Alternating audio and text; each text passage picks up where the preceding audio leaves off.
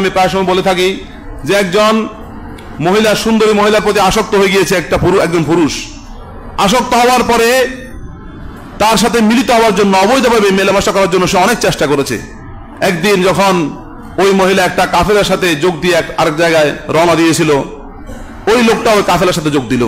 যখন রাত্রিবেলা হলো, ওই কাফেলার সবাই তাঁবুটা নিয়ে সেখানে বিশ্রাম নিল। বিশ্রাম নেওয়ার পর ওই পুরুষটা, খারাপ লোকটা আস্তে আস্তে যে তাঁবুটাতে মহিলা রয়েছে, তার পছন্দনীয় মহিলা, ওই মহিলার সাথে দেখা করলো।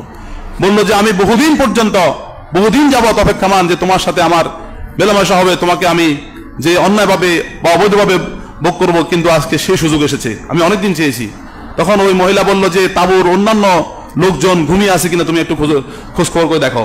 তো ওই লোকটা কি করলো, তাঁবুর অন্যান্য তাঁবুতে গেল, দেখলো সবাই ঘুমিয়ে আছে। এরপর লোকটা ফিরে এসে বললো, হ্যাঁ, এখন এই মুহূর্তে তুমি আর আমি ছাড়া আর কেউই জাগ্রত নেই, সবাই ঘুমিয়ে পড়েছে, এখন আমাদের মেলামেশাতে আর কোনো বাধা নেই। তখন ওই মহিলা ওই লোকটাকে বলল, দেখো আল্লাহর ব্যাপারে তোমার কি মতামত, যে আল্লাহ ঘুমান কিনা? সবাই তো ঘুমিয়ে পড়ছে, তুমি বললা।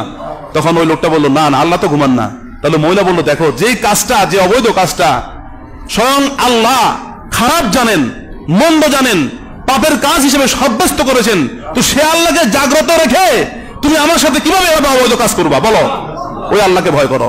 তখন এই কথার দরুন লোকটার অন্তরের মধ্যে আল্লাহর ভয়, আল্লাহর ভীতি সৃষ্টি হলো। সে ওই কাজ থেকে তওবা করে আল্লাহর দিকে রুজু হয়ে গেল।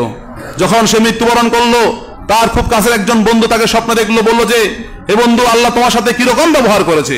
লোকটা বলল, আমি সারা জীবন খারাপ কাজের চিন্তা করেছি, মন্দ কাজের চিন্তা করেছি, কিন্তু একটা সময়, একটা মুহূর্তের জন্য আল্লাহকে ভয় করার কারণে আল্লাহ রাব্বুল আলামিন আমার যাবতীয় জানা অজানা সকল ছোট বড় সব ধরনের গুনাহ মাফ করে দিয়েছে।